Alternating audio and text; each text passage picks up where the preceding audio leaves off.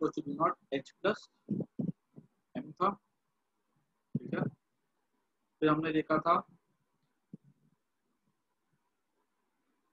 एक टर्म था एम था। सर ये H प्लस M कौन सी फॉर्मूला लगाई? ना कि कहीं मान लो अगर आयरन है, ये आयरन का पीस, तुमने यहाँ पे क्या किया, यहाँ पे करंट पास करवाया, तब ना मैग्नेट में कन्वर्ट होगा, ठीक है। हमने अगर करंट से देखा जाना तो ये सोलेनॉइड है, सोलेनॉइड का फील्ड कितना था, म्यू नॉट एन आई था, याद करो। ये हमने अगर यहाँ पे आयरन नहीं होता तो इसके अंदर कितना फील्ड होता, B equal to mu not N I होता ना। यहाँ पे लेकिन अगर हम आयरन डाल देते हैं तो आयरन का अपना फील्ड बन जाएगा, तो नेट फील्ड यहाँ पे क्या हो जाएगा, नेट फील्ड हो जाएगा यहाँ पे एक तो आयरन का अपना फील्ड जो कि मैग्नेटाइजेशन की वजह से होता, और दूसरा ये जो फील्ड करंट बनाता। ओरिजिनल फील्ड कौन बना रहा है, मेन सबसे बड़ा रोल किसका है, करंट का है ना, ये हो जाएगा करंट वाला एच, और ये एम किसका हो गया, आयरन वाला हो गया। दोनों जो फील्ड जो नेट बनेगा ना यहाँ पे, वो इन दोनों के प्रोपोर्शनल हो जाएगा ना। यहां से हमने प्रोपोर्शनल साइन को हटा दिया और लिख दिया यहाँ पे एच प्लस एम और म्यू नॉट लगा दिया। इसी एच को हम लोग, ये एच, एच क्या है, this is the magnetising field strength, ठीक है। मैग्नेटाइज करने वाला कौन है, आयरन करने वाला है मैग्नेटाइज की करंट करने वाला है। आयरन को तुम ले लो, थोड़ी मैग्नेट में कन्वर्ट हो जाता है, मेन कौन करता है, करंट करता है। तो इसको हम लोग कहते हैं मैग्नेटाइजिंग फील्ड, इसको हम लोग क्या बोलते हैं, मैग्नेटाइजेशन बोलते हैं। और ये हमारा क्या हो गया, मैग्नेटिक इंडक्शन। आई कि नहीं बात समझ में?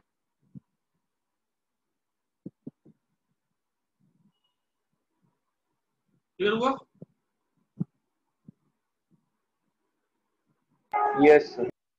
अब अब देखो मैग्नेटाइजेशन जो होता है ना, that is proportional to H. कितना ज्यादा डाइपोल अलाइन करेगा डिपेंड करता है कि कितना हमने बाहर से फील्ड को अप्लाई किया, ठीक है। तो ये हमारा हो जाता है जीटा। अच्छा आगे मैं तुम लोगों को क्या बता रहा था, और बी इक्वल टू हो जाएगा म्यू नॉट, ब्रैकेट में आएगा एच, एच को मैंने एच रहने दिया, प्लस एम के बदले में क्या ले सकता हूँ, ऐसा ले सकता हूँ ना मैं,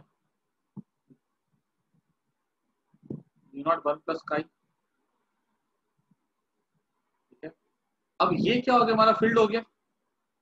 और ये देखो, अगर मान लो यहाँ पे आयरन नहीं होता तो मैं क्या लिखता, बी इक्वल टू लिखता म्यू नॉट इंटू एच लिखता।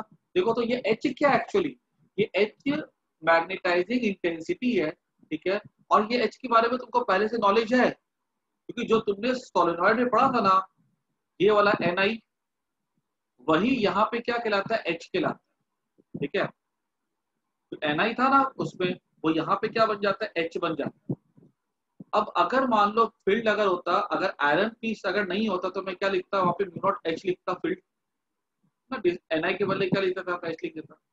लेकिन चूंकि यहाँ पे आयरन पीस भी है, इसलिए अब मैं क्या लिखूंगा, यहाँ पे फील्ड हो जाएगा आयरन पीस के प्रेजेंस में म्यू एच हो जाएगा। क्योंकि जैसे आयरन को इंट्रोड्यूस करते हैं, आयरन की परमिएबिलिटी अलग होती है, वैक्यूम की परमिएबिलिटी अलग होती है। ये होता है वैक्यूम के लिए, ये होता है आयरन, इसके लिए आयरन पीस के लिए म्यू एच।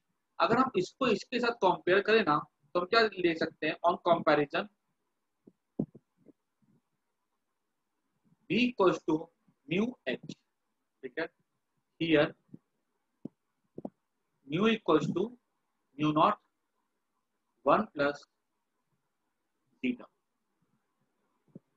तो अगर हमसे बोला जाएगा कि किसी भी सब्सटेंस की परमिएबिलिटी, ये म्यू को हम क्या बोलते हैं, this is called as permeability and this is called as permeability of free space.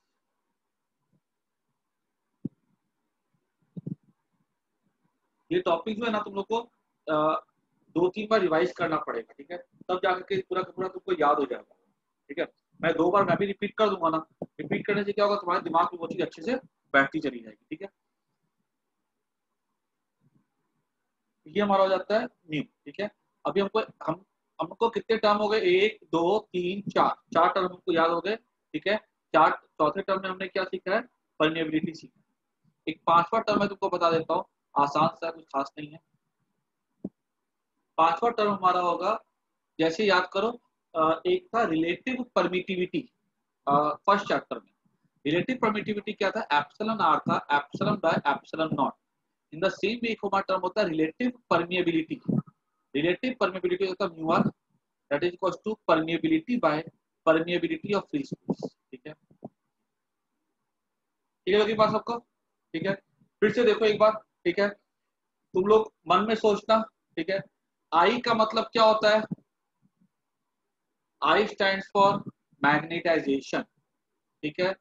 M stands for magnetic dipole moment, ठीक है।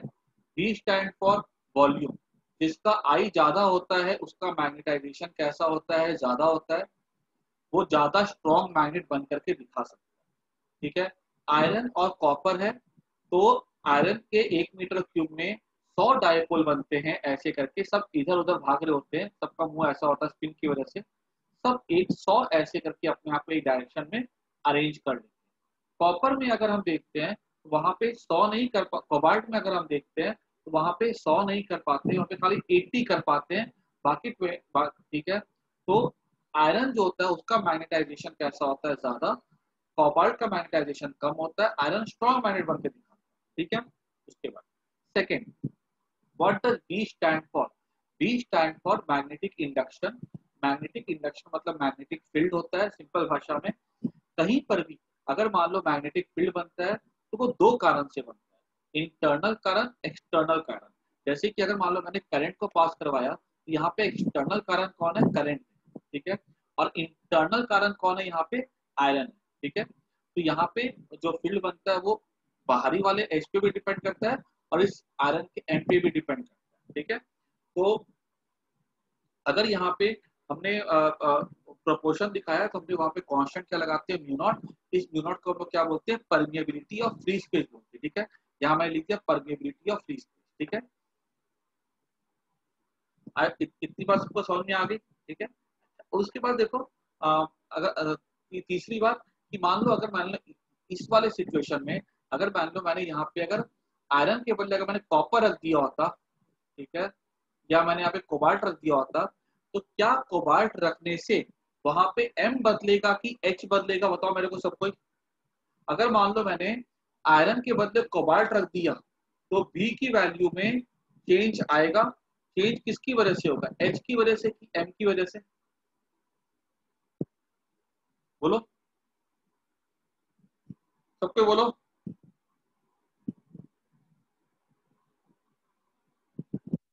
कोबाल्ट रखने से एम बदलेगा कि एच बदलेगा,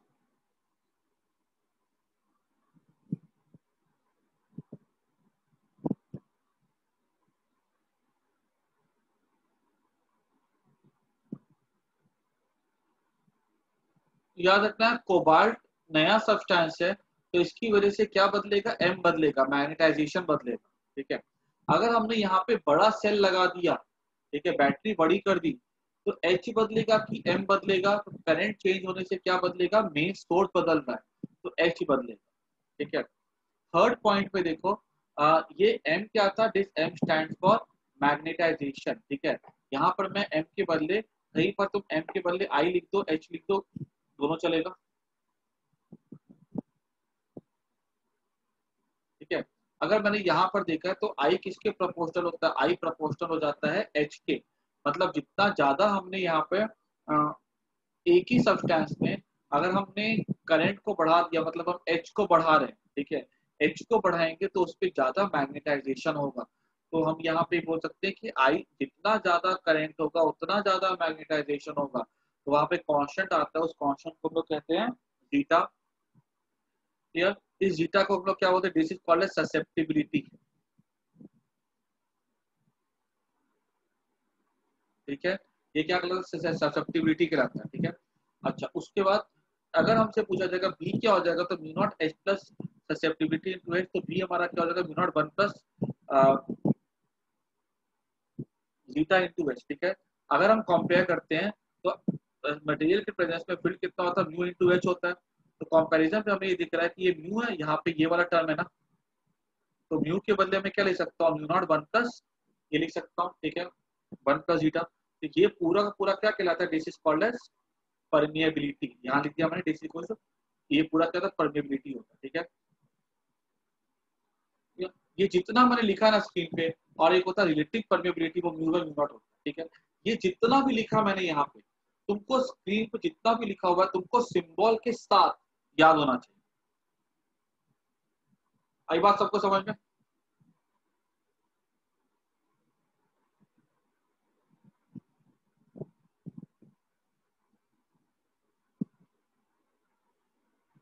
उसके बाद देखो,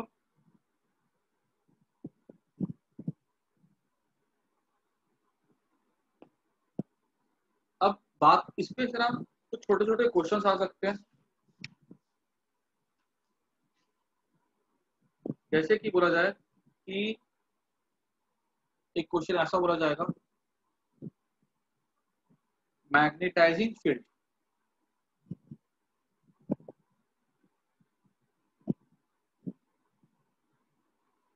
एज 1600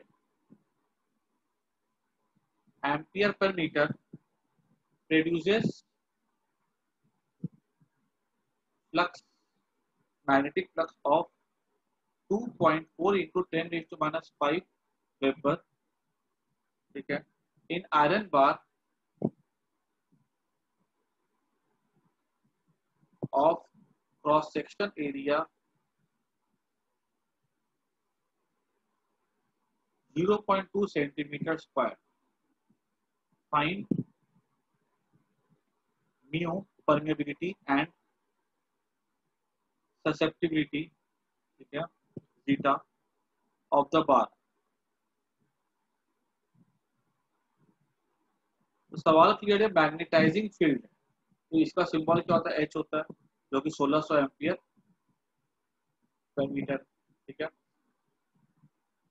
फ्लक्स कितना है, फ्लक्स हमारा है 2.4 into 10 raise to minus 5। Area कितना है हमारा, यहाँ पे एरिया 0.2 सेंटीमीटर स्क्वायर है।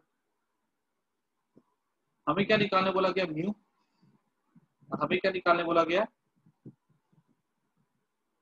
जीटा। देखो सबसे पहले तो आपको यहाँ पे, हम अभी तक जितने भी फॉर्मूला पढ़े थे, सब में हमें क्या मिल रहा था, बी आ रहा था, B equals to mu naught H plus M, और क्या था, B equals to mu M, ठीक है। उसके बाद हमने देखा था M equals to chi X, ये हमने बेसिक बेसिक फॉर्मूला सीखे थे। तो फॉर्मूला के साथ साथ उनके सिंबल के मतलब खाली याद होने चाहिए। तो यहाँ पर तो बी हमको है ही नहीं दिया हुआ, तो बी में यहाँ पे क्या लिख सकता हूँ, 5/a by 0.2, 12 into 10 raised to minus 1,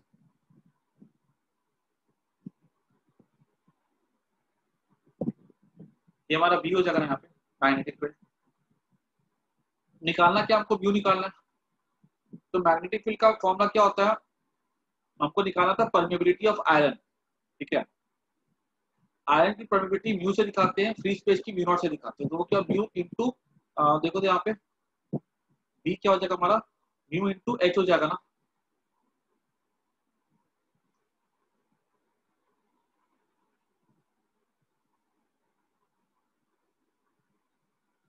ठीक है।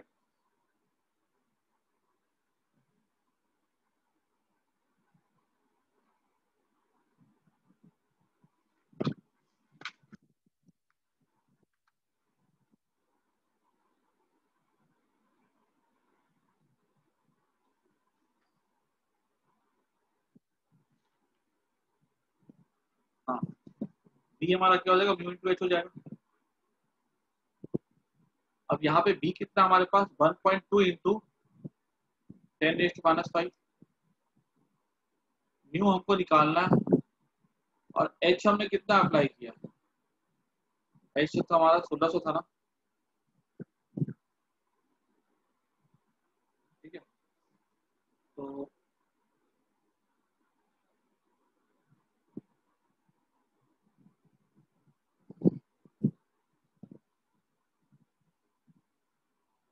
यहाँ पे ये हमको दिया गया सेंटीमीटर स्क्वायर में, तो चेंज कर दो मीटर में, 10⁻⁴ हो जाएगा ना। ये ऊपर जाएगा तो यहाँ पे 10⁻⁴ है, यहाँ पे 10⁻⁻1 हो जाएगा।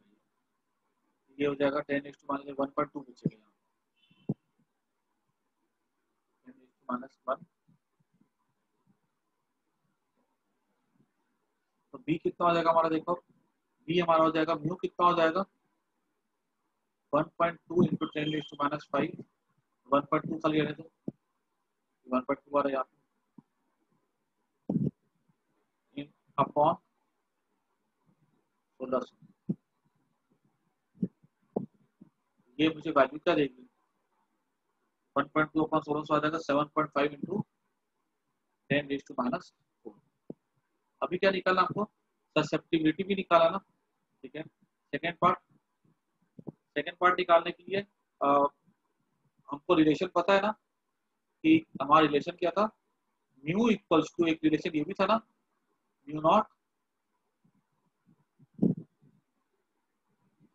1 प्लस जीटा, ठीक है। तो अगर हमको यहाँ पे ये निकालना है, परमेबिलिटी निकालना है, तो ये हमारा परमेबिलिटी कितना हो जाएगा, mu equals to mu naught तो 4.10⁻⁷ की वैल्यू याद रखनी है, ठीक है। जैसे कैसे थे एप्सिलॉन नॉट 8.8 इंटू 10⁻12 करके था ना, तो जैसे वो वैल्यू याद थी हमको, ये वाली वैल्यू भी हमको याद रखनी है, इंटू 1 प्लस, अभी म्यू तो निकल गया 7.5 into 10⁻⁴ by 4 pi into 10⁻⁷, 1 plus zeta, ठीक है। ये निकाल लो वैल्यू को, -1 कर दो, ठीक है, हमें आंसर मिल जाएगा। और इसका आंसर निकालोगे ना, तो इसका आंसर आएगा लगभग 596 आएगा, ठीक है। आयरन का ससेप्टिबिलिटी बहुत ज्यादा होता है, ठीक है। जनरली पता है ससेप्टिबिलिटी की वैल्यू जो होती है वो 0 से 1 के बीच में होती है, पॉजिटिव भी हो सकती है, नेगेटिव भी हो सकती है। लेकिन आयरन के लिए, कोबाल्ट के लिए, निकल के लिए, ये जो फेरोमैग्नेटिक चलता था तो उसके लिए बहुत ज्यादा होता है, ठीक है। इसको एक बार अच्छे से देख जाओ ध्यान से, कोई भी डाउट हो तो पूछो, ठीक है। बाकी ये फॉर्मूला तुमको प्रैक्टिस करते करते ही आएंगे, ठीक है। ये थोड़ा सा, ये टॉपिक सबसे कंफ्यूजिंग टॉपिक है हमारे मैग्नेटिज्म, इसमें कोई डाउट तो किसी को पूछ लो।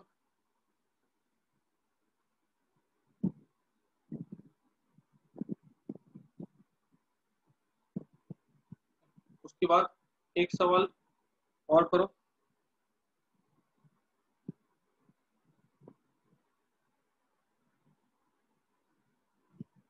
Iron rod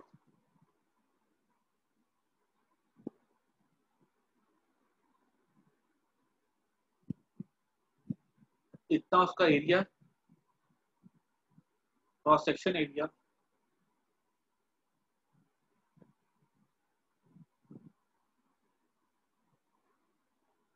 is subjected to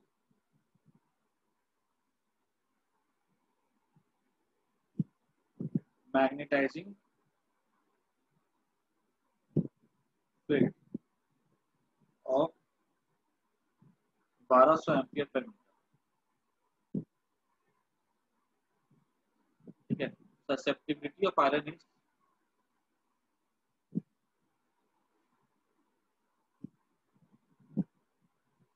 599, ठीक है। फाइंड द परमेबिलिटी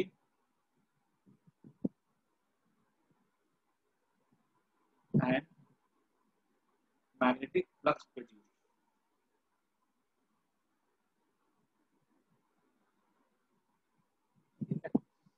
तो पहले काम करो, डेटा खुद से लिखो, ठीक है। जितने भी फॉर्मूलाज है, पहले फॉर्मूला तो खुद से लिखो एक बार कॉपी पे, ठीक है। तो फॉर्मूलाज क्या क्या थे हमारे, एक था I equals to m/h, m/v का, स्मॉल m/v का था। और क्या फॉर्मूला था हमारा,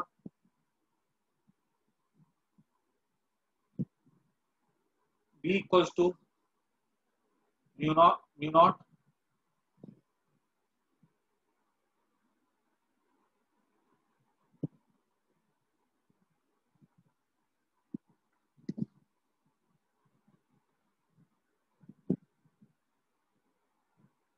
1 plus v equals to mu naught 1 plus काई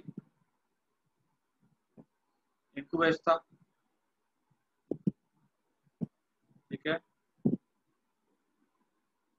इसको हम क्या लिखते थे, म्यू लिखते थे।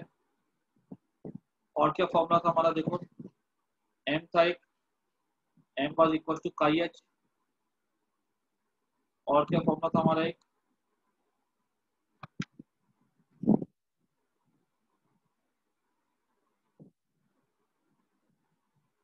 v equal to mu naught H plus M था यहाँ पे। इसी से निकल के ये आया था ना, इसको हम लिखते थे म्यू, इसी से निकल के ये आया था। और तो कोई क्वेश्चन ना देखते, mu naught M equal to chi, b equal to mu, ठीक है। इसी को हम क्या लिख सकते थे, b equal to mu H. ये तीनों एक सीरीज में चल रहा है,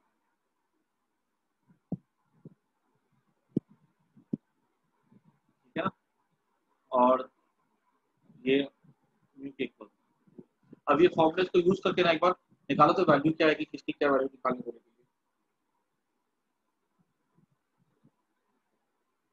ट्राई करो खुद से एक बार।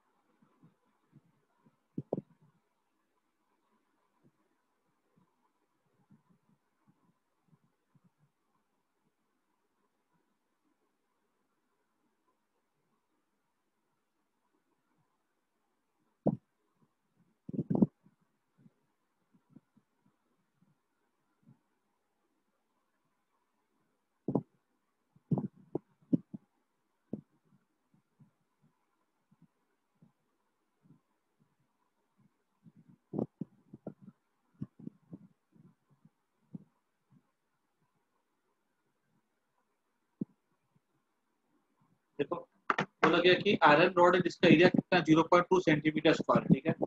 Subjected to magnetising field strength of 1200 ampere. मतलब यहाँ पे एच क्या हमारा 1200, ससेप्टिबिलिटी कितनी है 599 है। फिर क्या बोला गया, एरिया क्रॉस सेक्शन कितना है 0.2 सेंटीमीटर स्क्वायर है। निकालना क्या हमको, परमेबिलिटी म्यू। तो म्यू का हमको फॉर्मूला पता ही है, देखो तो यहाँ से म्यू तो ये होता है ना, म्यू नॉट 1 प्लस जीटा। अब म्यू निकालना अगर अपने को, तो म्यू म्यू नॉट पता है, वैल्यू याद रखिए 4.10⁻⁷। 1 प्लस जीटा कितना है, जीटा हमारा है 599, ठीक है। यहाँ से म्यू निकल जाएगा। उसके बाद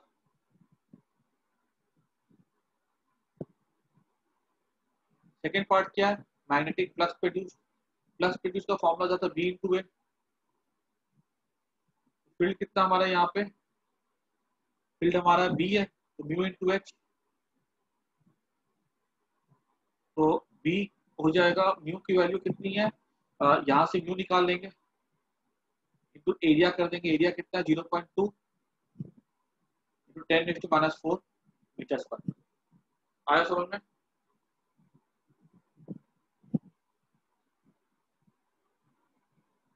यस सर।